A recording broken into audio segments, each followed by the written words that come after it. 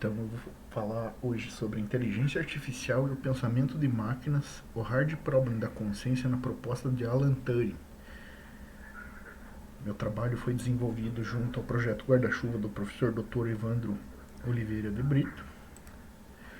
E aqui eu vou falar um pouco da cronologia histórica do que a gente reconhece como um computador, pensando que computadores são calculadoras que auxiliam o ser humano no processo de contagem e operações com números. A primeira forma de cálculo o que a gente tem catalogado, né, é o ábaco, são os bastões de Napier, a régua de cálculos, o telégrafo de Schacht, a máquina de Pascal, a máquina de Leibniz, cartões de Jacquard, a máquina diferencial analítica, o código Morse, a álgebra de Boole e a máquina de tabulação de dados. Existem inúmeros outros, mas a gente não pode pautar todos, né, porque senão vai faltar espaço. Os primeiros computadores da história catalogados. O que vem a ser um computador? Uma máquina que processa dados, faz cálculos e possibilita a obtenção de resultados de operações com o mínimo de intervenção humana através de algoritmos pré-programados. O que vem a ser um algoritmo? Um algoritmo é um conjunto de instruções que a máquina segue para chegar em um fim. Num slide posterior a gente vai observar como funciona essa estrutura algorítmica. Vantagens: a precisão no fornecimento de informações, grande velocidade no processamento, disponibilidade de informações, execução de tarefas repetitivas, compartilhamento de dados, redução de custos para várias atividades produtivas. Então vamos à história. O ábaco. Inventado por 1000 a.C. na Mesopotâmia, possibilitava operações matemáticas de mais, menos, vezes, dividir. Operações elementares, que a gente chama nos fundamentos da matemática, guardando valores em seus eixos de contabilidade. Então aqui você pode observar que a gente tem a coluna de unidades, dezenas, centenas, unidades de milhar e assim para frente. A gente observa aqui que temos 5 bolinhas e 2 aqui em cima. Então a primeira bolinha são os primeiros 5 números. A segunda bolinha são os números posteriores. Né? 1, 2, 3, 4, 5, primeira bolinha. 5, 6, 7, 8, 9, 10, segunda bolinha. E assim sucessivamente. Os ossos de Napier. Esse daqui foi um sistema que John Napier, que era um comerciante, ele não era matemático, ele desenvolveu porque ele queria dar um jeito de poder cobrar impostos e não demorar tanto para fazer cálculos matemáticos e ponderar as contas ao longo do tempo, para poder cobrar juros das pessoas e poder vender parcelado, digamos assim. Então, quando ele desenvolveu essa calculadora aqui, por meio dos ossos, ele pegou e quebrou o tempo de processamento, tipo que as pessoas... Existiam os computadores na época, que falavam a respeito de... Eles sentaram, era um grupo de pessoas dentro de uma sala que ficavam fazendo cálculos o tempo inteiro para poder desenvolver conhecimentos científicos, problemas econômicos, etc. E essa descoberta de Napier aqui com esses bastões, ele conseguiu revolucionar a velocidade de como essas contas eram feitas. Então aqui só para a gente ver o tamanho da eficiência que foi isso na época. Imagine quanto que você demoraria para fazer 9 por 384. Se você pensar que MS Pi, se você pensar aqui, por exemplo, que 9 vezes 384, certo? Você teria que multiplicar este por este, colocar aqui. Este por este e colocar o resultado aqui. Este por este e colocar o resultado aqui, certo? Então você teria que fazer 3 operações. Isso daqui é inviável na época, né?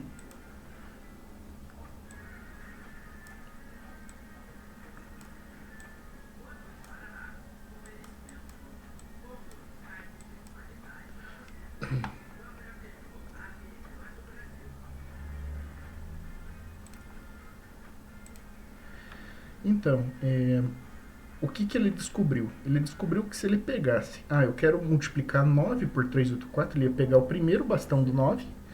Se você observar aqui, o primeiro bastão é do número 1, que seria o 9, vezes 9, vezes 1, vezes 2, vezes...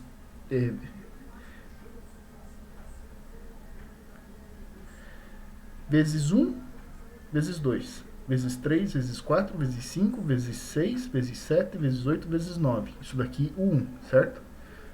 Então, aqui, vezes 2, vezes 3,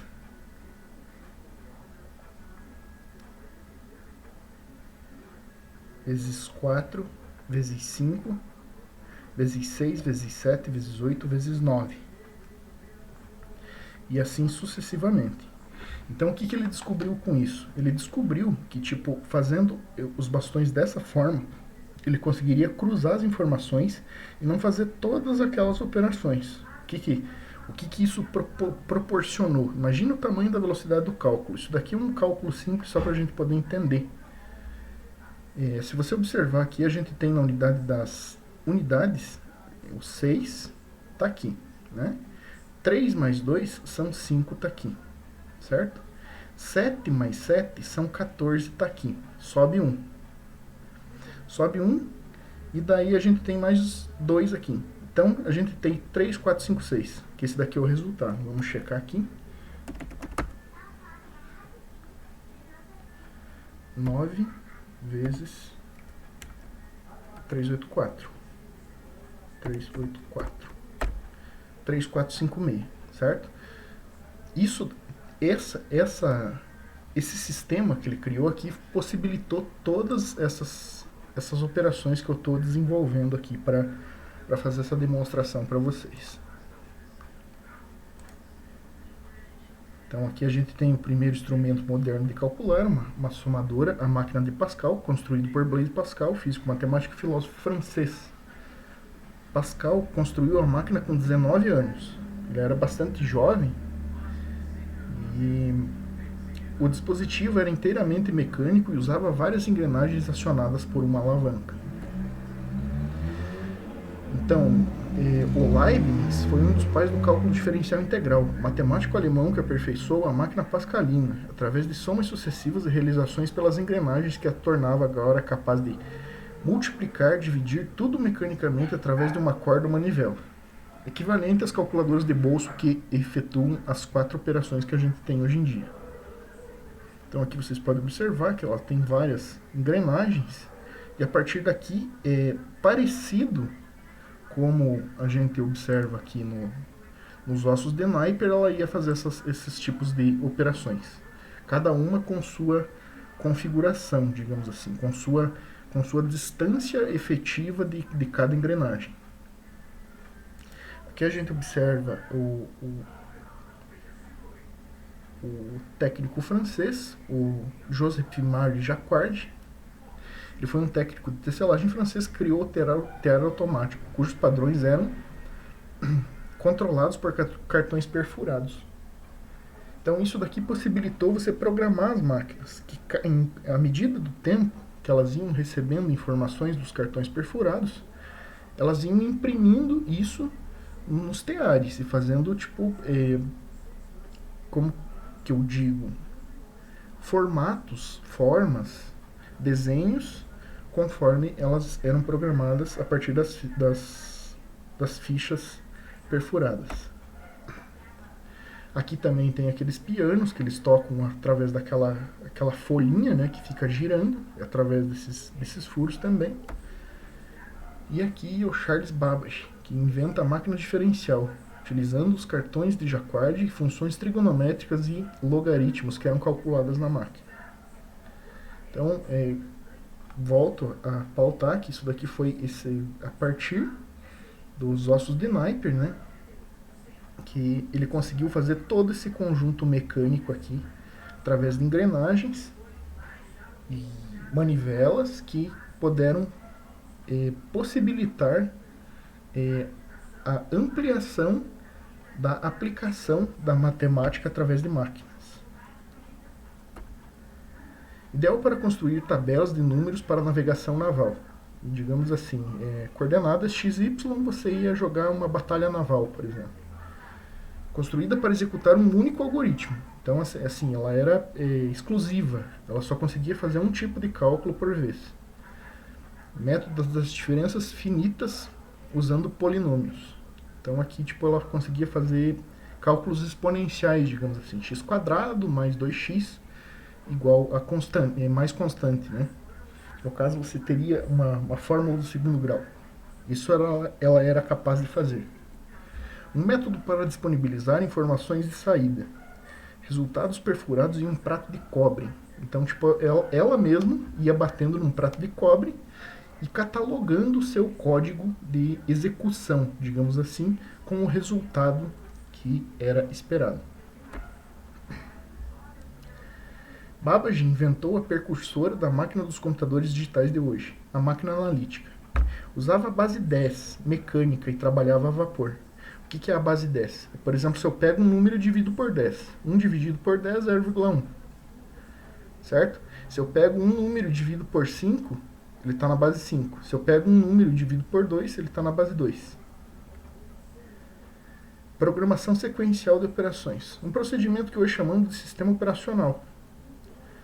O sistema operacional, a gente tinha comentado no começo do vídeo que isso daqui basicamente é um algoritmo, né?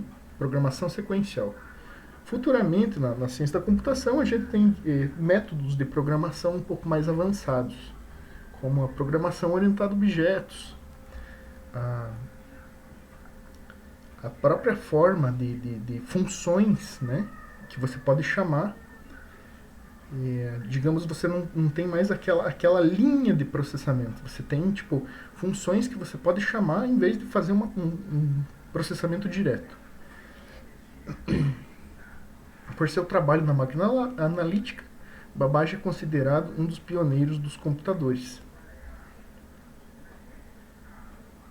Tem outra possibilidade também na programação de computadores. A estrutura de dados, que, tipo, a gente tem várias vertentes, né, de tipo de programações que você pode fazer ela e cada vez vai ampliando cada vez mais esse leque de oportunidades de programação. As máquinas de Babbage nunca foram construídas, elas só foram idealizadas teoricamente, que é o que a gente vai perceber também no computador. No computador de Turing, que era o que fazia o jogo da imitação. Ele inventou uma máquina que era uma máquina teórica, porém que foi demonstrada matematicamente que era possível ser construída. Então, a máquina analítica de Babbage interviu os passos que até hoje são a base do funcionamento de um computador, possuindo 4 componentes. Unidade de entrada, que é a alimentação de dados, onde, através de cartões perfurados, ela recebia as informações. Unidade de saída, como ela fazia com o disco de cobre do outro autor, ela inseria seu processamento nesses cartões. A unidade de memória, de 1000 palavras e 50 dígitos decimais, que no caso seria aquele sistema, né? Que você decimais. É o sistema numérico que a gente usa para fazer os cálculos que a gente aprende no ensino médio. Capaz de armazenar variáveis e resultados. A unidade de computação aceitava operandos na memória, operações de soma, subtração, multiplicação, divisão, soma de 2 desses números em 1 segundo e enviava os seus resultados para a memória. Aqui é a máquina. Tem vídeos no YouTube, se vocês quiserem procurar depois. E aqui vamos entrar, então, em 2 matemáticos muito importantes que foram influentes no pensamento de Alan Turing, que é considerado o pai da computação. Primeiramente, a gente vai falar da Ada Byron King, a Augusta Ada de Byron King. Essa daqui é considerada a mãe da computação. Em 1815, a humanidade foi presenteada com o nascimento de 2 grandes filósofos lógicos matemáticos. Augusta Ada Byron King, condessa de Lovelace, nascida em Byron, 10 de dezembro de 1815 e 27 de novembro de 1852. George Bull, nascido em Lincoln, 2 de novembro de 1815. Então a gente percebe aqui que ambos parece que foram programados para nascer junto. E ele morreu em 1864. Suas contribuições foram fundamentais para o avanço da lógica e dos algoritmos de programação. A Ada, ela foi considerada a mãe da computação. Ela é considerada. Ada era uma matemática e escritora inglesa. Ela desenvolveu os algoritmos que permitiram à máquina computar os valores de funções matemáticas, além de publicar uma coleção de notas de cartões de programação e processamento de máquina analítica. Por esse trabalho é considerada a primeira programadora de toda a história, a mãe da computação. Aqui está uma foto desses ilustres cientistas. Babbage e Ada estavam muito além do seu tempo e não conseguiram financiamento para construir seu computador analítico, que foi apenas como uma belíssima ideia no papel. Ele nunca foi concluído. Foi mais uma ideia teórica que foi desenvolvida matematicamente, produzida e provada, demonstrada matematicamente que era possível. Ele não tem pretensões de originar nada, mas pode processar qualquer coisa que nós soubermos programá-lo para realizar. Então ela não tinha essa questão assim que tipo a máquina tomasse decisões, apenas que ela cumprisse os deveres que, digamos assim, fossem designados para ela para fazer, né? A Ada falando a respeito do engenho analítico de Babbage, que seria a máquina deles, né? Precursor dos primeiros modernos computadores, em 1830. Concepção dos fundamentos lógicos para a criação de programas. A lógica matemática e a álgebra booleana. A álgebra booleana é como se fosse tipo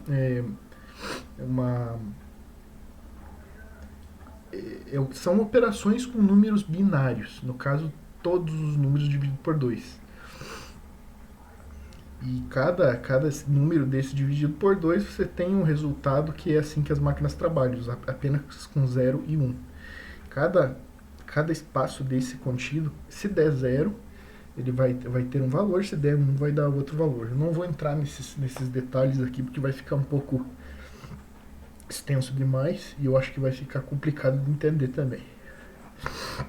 Estabelecimento de uma forma de armazenamento e processamento de dados utilizando relações binárias, essas leis do pensamento do matemático George Boole, da Inglaterra de 1854.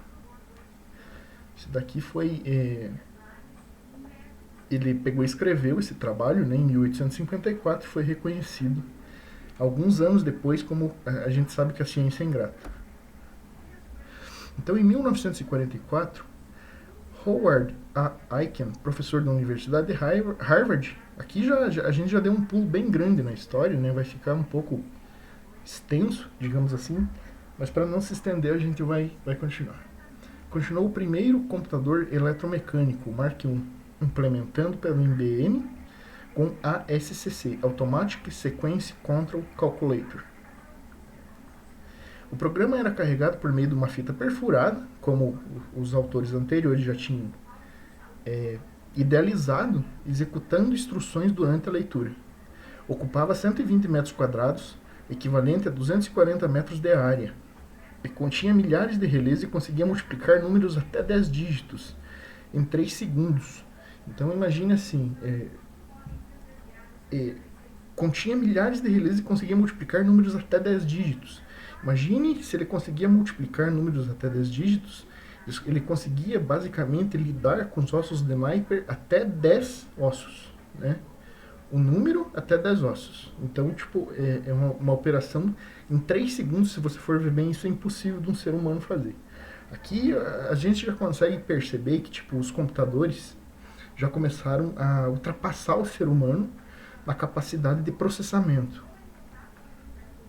Então esse daqui era o tamanho dele, que ele fala aqui, ó, que ocupava 120 metros quadrados, equivalente a 240 metros de área.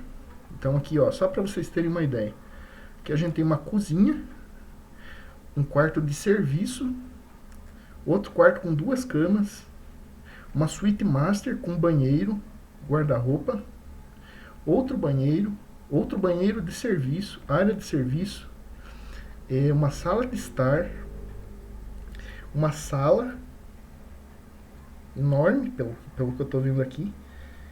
120 metros quadrados é o dobro de uma casa do Minha Casa Minha Vida de hoje em dia. Pelo menos aqui na cidade onde a gente se encontra, né? Que até no máximo 70 metros, pelo menos até a última vez onde eu vi que as regras da prefeitura faziam essa imposição. Então, aqui a gente vai pular um pouco para quem foi o John von Neumann, que ele foi um matemático húngaro. Ele desenvolveu importantes contribuições na área da matemática, principalmente na computação.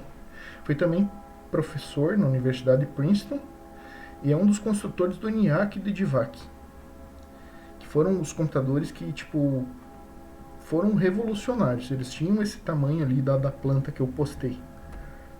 Então, ele desenvolveu um projeto lógico de um computador que seja, ou especificou os componentes necessários para o desenvolvimento desse computador. E como esses componentes deveriam operar. Isso se chama arquitetura de computadores.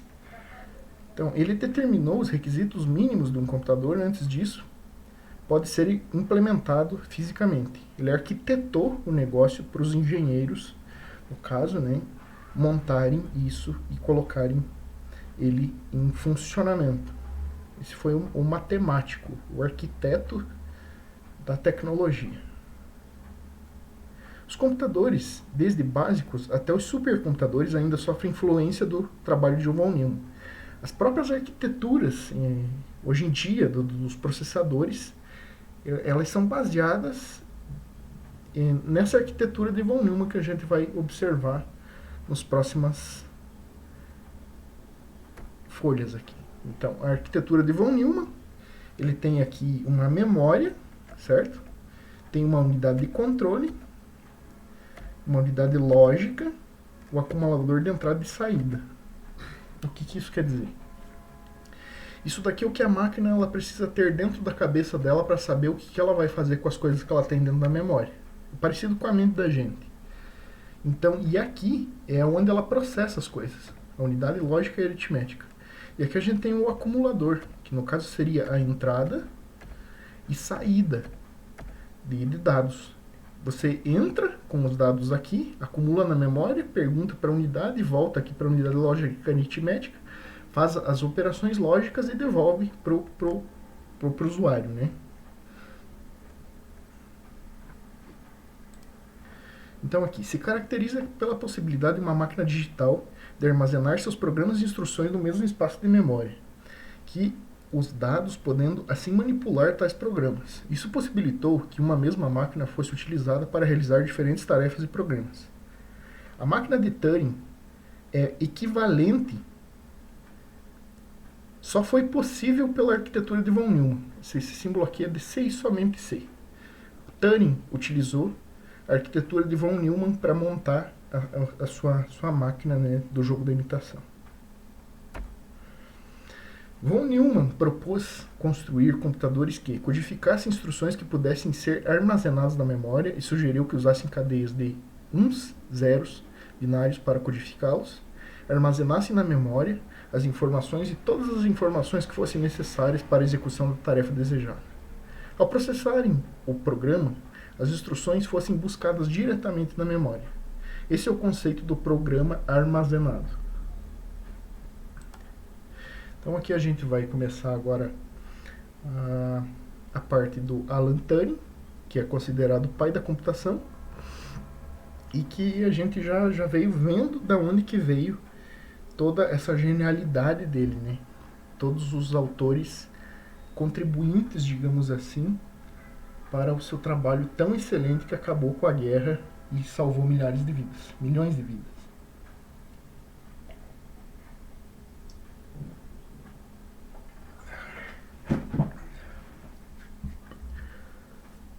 Tão revolucionários para a computação quando foram os pensadores acima citados, foi o Alan Turing. um matemático nascido em Londres em 1912, acerca desse importante cientista inspirador para a pesquisa, cabe algumas considerações históricas que, ainda que tenham sido apenas função de contextualizar a sua obra, de um gênio na ingratidão e na solidão que ele encontrou no seio da sociedade inglesa. Alan Turing, ele acabou com o fim da guerra da Segunda Guerra Mundial através de um computador que ele criou, descobrindo, decifrando a máquina Enigma. E essa máquina Enigma, os nazistas utilizavam ela para se comunicar um com o outro. E ele fez um computador que conseguiu decifrar a criptografia dessa máquina. É interessante vocês assistirem o filme dele. O Jogo da Imitação, se não me engano, o nome do filme. Que ele contextualiza um pouco dessa história aí. Aqui eu já vou cair um pouco mais do que é máquina para Alan Turing. Então, assim, essa parte histórica aí eu vou deixar para vocês pesquisarem. Então, o conceito que define máquina, tal que máquina não pode ser comparada com o próprio homem de carne e osso, mas apenas enquanto a imitação de suas habilidades empíricas. Turing imaginou que se as máquinas conseguissem reproduzir o trabalho manual através de seus algoritmos, então um computador eletrônico com portas lógicas e lógica algorítmica conseguia reproduzir e imitar o pensamento humano em um jogo de decisão. Nesse sentido, sua proposta consistia em pegar quaisquer operações, que provavelmente, com certeza, a gente percebeu que foram idealizadas já pelos autores anteriores, e de serem realizadas por seres humanos e convertê-las em um sistema de imitação computacional. Definindo um computador digital para Turing. Então aqui a gente percebe, né, já de cara aqui pela figura, que ele utilizou a mesma arquitetura de John von Neumann. Computador digital que pode ser compreendido por 3 partes: memória, unidade executiva, unidade de controle, utilizando a arquitetura de von Neumann, que já foi explicado posteriormente. A memória, ela corresponde a qualquer componente que permite a um computador guardar dados temporariamente ou permanentemente. Na arquitetura de von Neumann servia para armazenar tanto programas quanto dados. Nessa arquitetura só existia um único tipo de memória. A memória no computador digital, definida por Turing, seria análoga a um papel branco, onde cálculos matemáticos são elaborados para a unidade executiva, que opera em cima deles resolvendo problemas aplicados. Nessa memória seria escrito e lido um algoritmo necessário para o problema de arquivamento de informações extraídas do processamento dos dados. Na memória seria definido e implementado o algoritmo, que é um conjunto de instruções que utilizarão operações lógicas matemáticas, como, por exemplo, um algoritmo para instalar um chuveiro.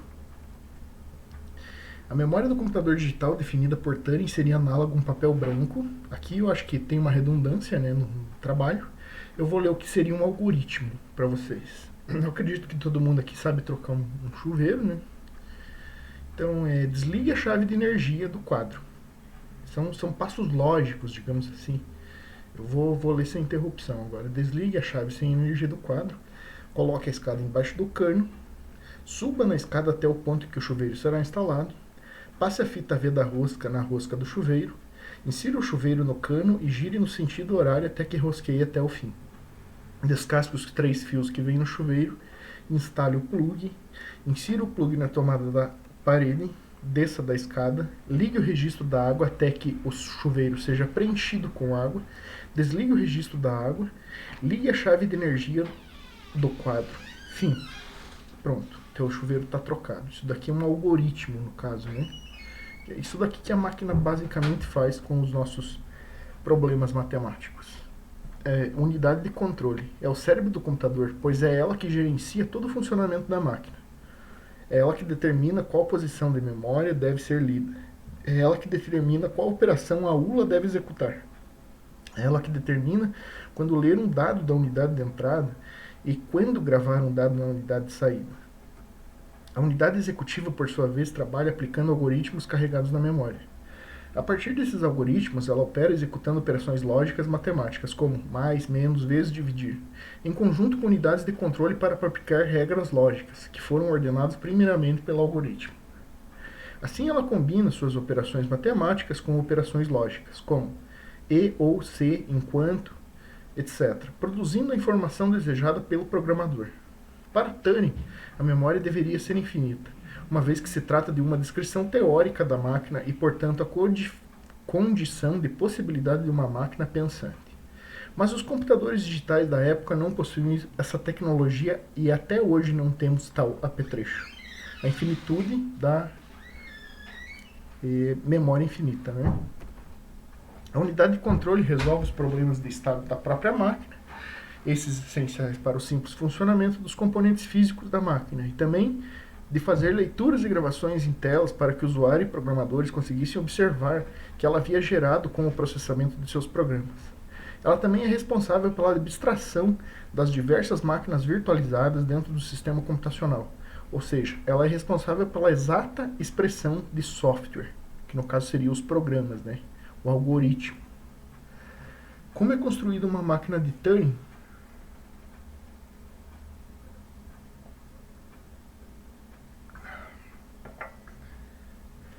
O cérebro da máquina é um computador dotado de uma unidade lógica aritmética ULA, ou seja, é um circuito digital que realiza operações de adição, operações booleanas, AND, OR, NOT, etc.